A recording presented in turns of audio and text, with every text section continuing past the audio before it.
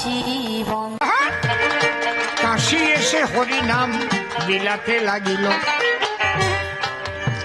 সন্ন্যাসীরা মনে ভাবে আমরা থাকি কাশি,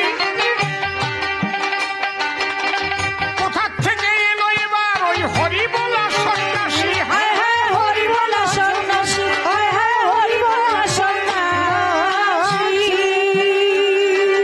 ওদের সকলের গুরুকে প্রকাশানন্দ সরস্বতী, তার কাছে নালিশ গেল, গুরুদেব ছোট, আমাদের সন্ন্যাস ধর্ম তো শেষ হয়ে যাবে। আমার যে একটি আদর্শ, এই আদর্শ বহির্ভূত কাজ করছে। কে? ওই নবদ্বীপ থেকে এক সন্ন্যাসী এসেছে, সে এসে সব জায়গায় হরিনাম প্রচার করছে। বলে বলা কি এত বড় স্পর্ধা? দাঁড়া, আমি একদিন ভোরে বেলা করি প্রাত ভ্রমণ, ঘুরে ঘুরে করিতেছি হরিনাম কীর্তন। দূর থেকে প্রকাশানন্দ আমাকে দেখিল, আমাকে দেখিল, এক দৃষ্টে আমার দিকে তাকায়ে রহিল। হায় হায় তাকায়ে রহিল, হায় হায় তাকায়ে রহিল। প্রকাশানন্দ মনে ভাবে বলিহারি যায়, এত সুন্দর মানুষ আমি কভু দেখি নাই। হায় হায় কভু দেখি নাই, হায় হায় কভু দেখি নাই। কি এ যেন চন্দ্রবদন, আরে আমার নয়ন আর ফেরে না। হরি বল, হরি বল। এ কোন রূপ মাধুরী, বাবা। প্রকাশানন্দ আমাকে দেখে সে যেন আমার মধ্যে হারিয়ে গেছে।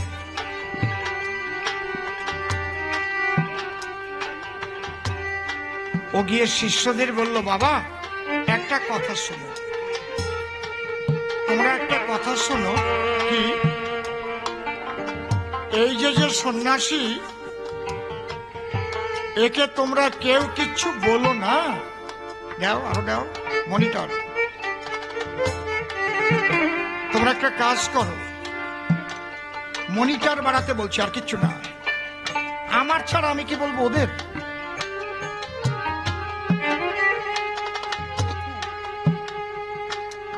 তোমরা কাশীর সবচাইতে বড় মাঠে বড় একটা প্যান্ডেল করো, আর একখানা মঞ্চ তৈরি করো, দুইখানা সিংহাসন থাকবে, একটায় আমি বসবো আর একটায় বসবে নবীন সন্ন্যাসী।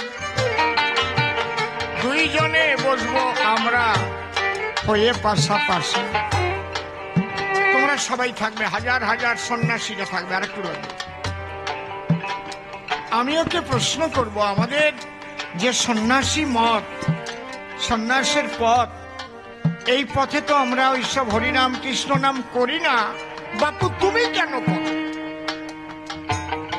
এটা তো সন্ন্যাস বিরোধী কাজ।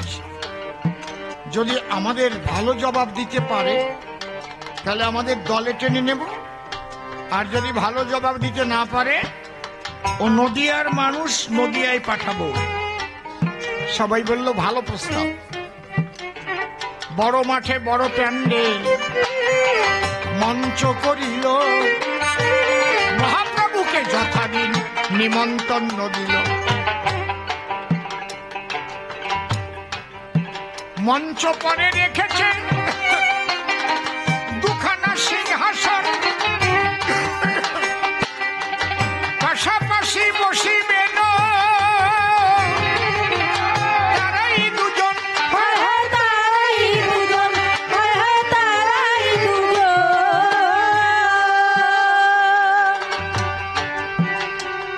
এবার সবাই গিয়ে একটা জায়গায় জল রেখেছে, পা ধুয়ে ধুয়ে সবাই যার যার আসনে বসছে। আর প্রকাশানন্দ মঞ্চের পরে একখানা সিংহাসনে বসে পড়ে, আর একখানা সিংহাসন ফাঁকা রেখেছে তার ধারে। আর পথপানে চেয়ে আসে, কখন আসে ওই নবীন সন্ন্যাসী। হঠাৎ সবাই দেখতে পাচ্ছে যে বিচার করবার জন্য তাকে এখানে ডাকা হচ্ছে, ঠিক সে হরিনাম করতে করতেই আসছে। এত বড় স্পর্ধা। হরে কৃষ্ণ কৃষ্ণ কৃষ্ণ হরে হরে, হরে রাম রাম রাম হরে হরে, হরে কৃষ্ণ কৃষ্ণ কৃষ্ণ হরে হরে, হরে রাম রাম রাম হরে হরে। প্রকাশানন্দ বলছে, তোমরা বিরক্ত হয়েও না, বিচার তো আমি করব। মহাপ্রভু যখন এসেছে, যেখানে জল রাখা আছে পা ধোয়ার জন্য, সবাই পা ধুয়ে ধুয়ে কাদা হয়ে গেছে। প্রকাশানন্দ ইঙ্গিত করলো, ওখান থেকে পা ধুয়ে আসো, আমার পাশের সিংহাসনে বইসো। সবাই তাকিয়ে আছে। মহাপ্রভু কি করলেন, কি শিক্ষা দেখেন। শুধু শুনবেন না, এটা মনে রাখবেন। পা না ধুয়ে মহাপ্রভু কি কর্ম করিল, আরে সবার চরণ ধোয়া জলের উপরে গড়াইয়ে পড়িল। হায় হায় গড়াইয়ে পড়িল, হায় হায় গড়াইয়ে পড়িল। এই যে তৃণাদপি শুনিছেন তরুরীব সহিষ্ণু না, মুখ দিয়ে বললে তো হবে না। আমি গোসাই সেজে খাটের উপরে বসে থাকলাম, দুই পাশে দুই কোলবালিশ নিয়ে, কখনো ভক্তের বাজারে গিয়ে একটা গড়াগড়ি দিলাম না। আমার মধ্যে মাৎসর্য, অহংকার, আমি গুরু।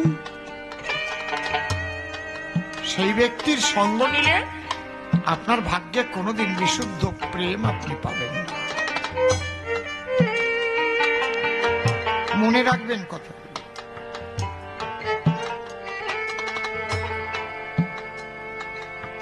স্বামী বিবেকানন্দ সর্বপ্রথম বিশ্ব ধর্ম মহাসভায় চিকাগো শহরে আমেরিকায় তিনি বক্তব্য দিতে গিয়েছিলেন। সেকেন্ড টাইম কে গিয়েছিলেন আপনারা জানেন কিনা দেখি? কে কে গিয়েছিলেন দ্বিতীয়বারে? রাইট, কে বললেন ওদিক থেকে? মহানাম ব্রতজি। ঠিক।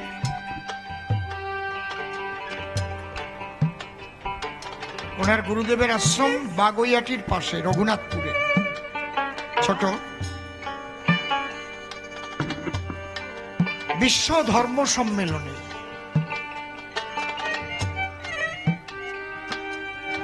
ওখানে আমেরিকায় ভাষণ দিয়ে যখন উনি প্লেনে এসে নামলেন আমাদের এয়ারপোর্টে কলকাতায়, সবাই তো বিরাট মোটা মোটা মালা গেথে, অনেক গাড়ি সাজিয়ে। কেউ কথা বলবেন না দয়া করে, এই টাইমটা আমি পা ধরে বলছি। সবাই রেডি, মহানামব্রতকে সম্বর্ধনা দেবেন, বিশাল ব্যাপার। স্বামী বিবেকানন্দের পর বিশ্ব জয় করে এলেন মহানামব্রতজি। হঠাৎ তার গুরুদেব আশ্রম থেকে বললেন, দাঁড়াও। কি? মহানাম যখন প্লেন থেকে নেমে বাইরে আসবে, তাকে গাড়ি করে কেউ আনবে না। বলবে তোমার গুরুর নির্দেশ। তুমি এয়ারপোর্ট থেকে সাষ্টাঙ্গে দণ্ডি খাটতে খাটতে গড়াতে গড়াতে এই 3.5 কিলোমিটার রাস্তা গুরুদেব যেতে বলেছে। সবাই বলে, গুরুদেব এ আপনি কি সাজা দিচ্ছেন? এত বড় একজন বৈষ্ণব, যিনি বিশ্ব জয় করে আসছেন। বলে, ওই জন্যই তো ওর যদি মনে একটু অহংকার এসে যায় যে বিবেকানন্দের পরে আমি বিশ্ব জয় করলাম, তাহলে ওর বৈষ্ণবত্ব নষ্ট হবে। তাই পথের ধুলায় গড়াতে গড়াতে আসতে হবে। বাবা ও কৃষ্ণ প্রেম, এই বৈষ্ণবত্ব কি সোজা ব্যাপার?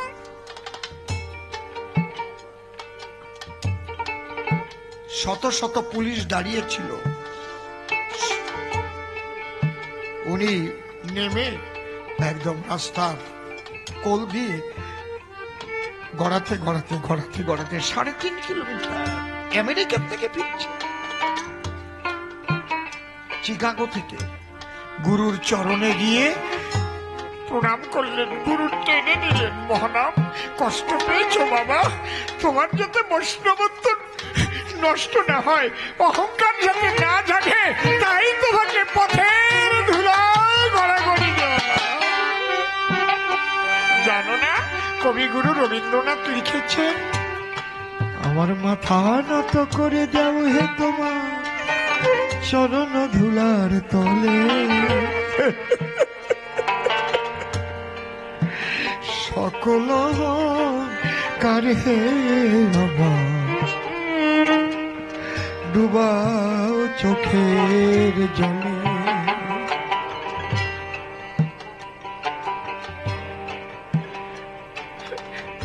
আর মাথা নত করে দাও হে তোমার চরণ ধুলার তলে। হরিবল নিতাই গৌর হরিবল। সকল অহংকার হে আমার ডুবাও চোখের জলে।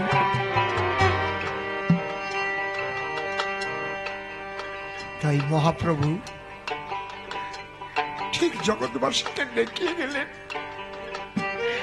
সকলের চরণ ধৌত বাড়ি মৃত্তিকা পরি। মহাপ্রভু প্রেমানন্দে বলে হরি হরি হরি বল হরি বল হরি বল। বাড়ির মধ্যে গড়াগড়ি দিচ্ছে। বাবা বাবা, এর নাম সনাতন ধর্ম ভক্তিবাদ।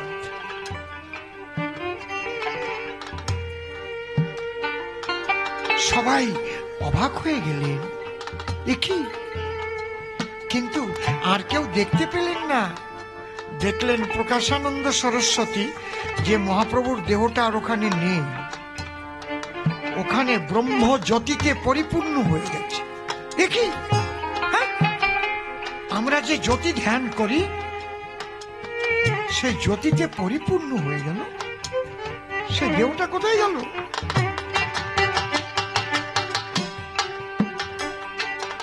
হঠাৎ দেখছে জ্যোতি ধীরে ধীরে ছোট হয়ে আসছে, একদম ছোট হতে হতে বিন্দু হয়ে এলো। বিন্দুর মধ্যে রাধা কৃষ্ণ প্রকাশিত হলো। হায় হায় প্রকাশিত হলো, হায় হায় প্রকাশিত হলো। হ্যাঁ,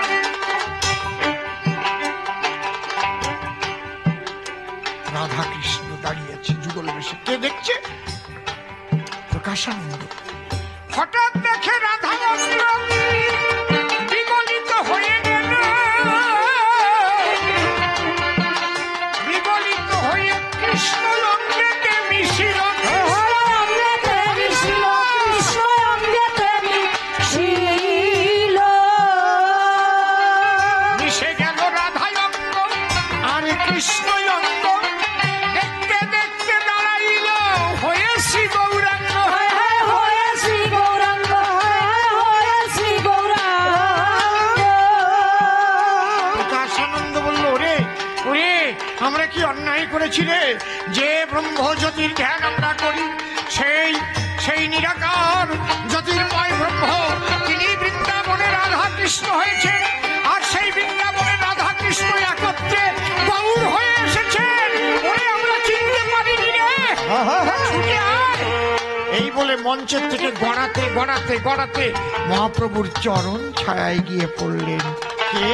প্রকাশানন্দ। ক্ষমা করো, ক্ষমা করো মোরে প্রভু, আমার মতো নরধম তুই জগতে আর নেই। মহাপ্রভু তারে ধরে কোলে তুলে নিল, তার নাম পাল্টাই এই একটা নূতন নাম রাখি। কি নাম? বলে আজ থেকে তোমার নাম প্রবোধানন্দ। তুমি নামের মালা গ্রহণ করে আমার কথা লো, এখান থেকে বৃন্দাবনে তুমি চলে যাও। তিনি সবাইকে বললেন, ওরে ওরে তোমরা সবাই কৃষ্ণ বলো, বলো হরে কৃষ্ণ কৃষ্ণ কৃষ্ণ হরে হরে, হরে রাম রাম রাম হরে হরে।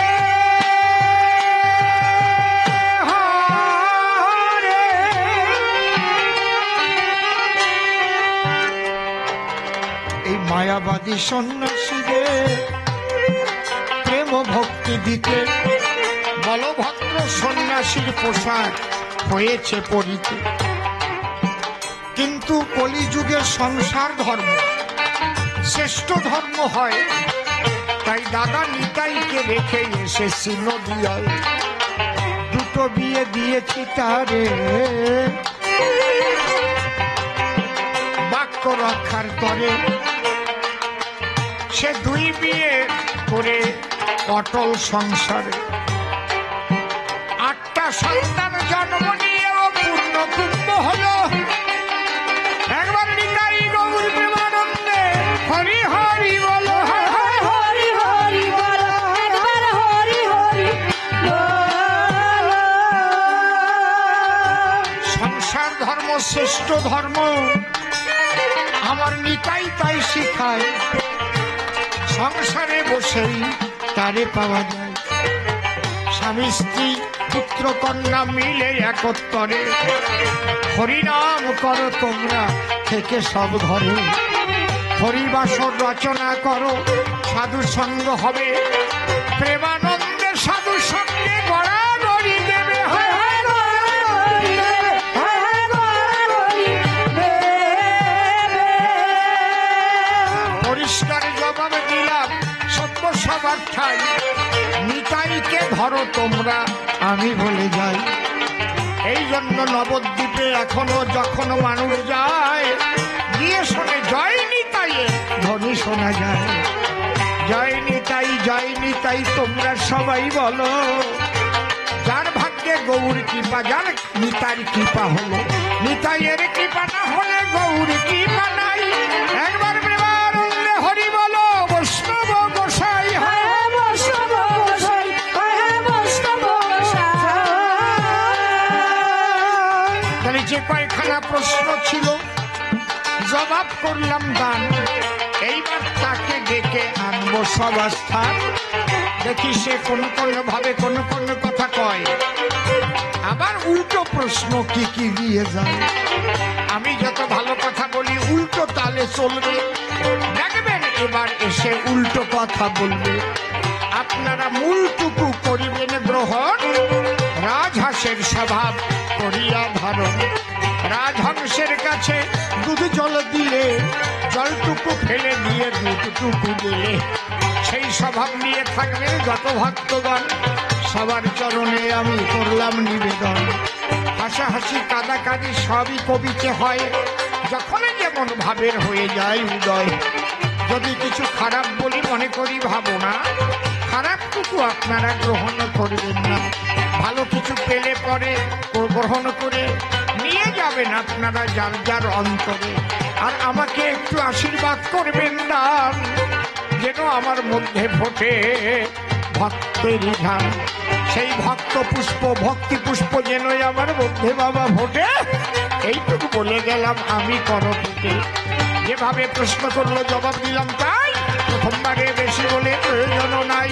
এইবার বলভদ্র আসিয়া দাঁড়াবে, তার ভাবের কথাগুলো সেগুলো বলে যাবে। আমি কেন একা একা বলতে যাবো বেশি বেশি বললে সে আবার হবে খুশি।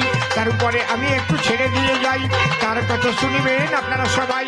তারপরে আমি আবার সভাতে আসিব, নূতন প্রশ্ন করলে তাহার জবাব দেব। সবাই আমি যখন দ্বিতীয়বার দাঁড়াবো, তারপর তাকে এনে মিলন গীতি গাবো। দুইজন মুখোমুখি হইবে লড়াই, এটা না শুনে বাড়ি যাবেন না প্রণামটাই।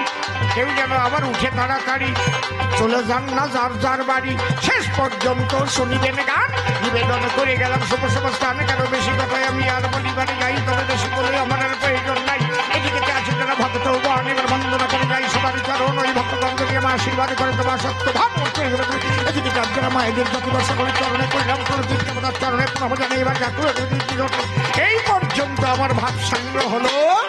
জয় জয় নিতাই গৌ রাধা কৃষ্ণ মাতা পিতা প্রেমানন্দে, হরি হরি বল সাধু বৈষ্ণবানন্দে, হরি হরি বল, হরি বল, হরি বল, হরি বল। জয় ভবা, জয় ভবা, জয় ভবা, হরি বল, হরি বল, হরি বল, হরি বল।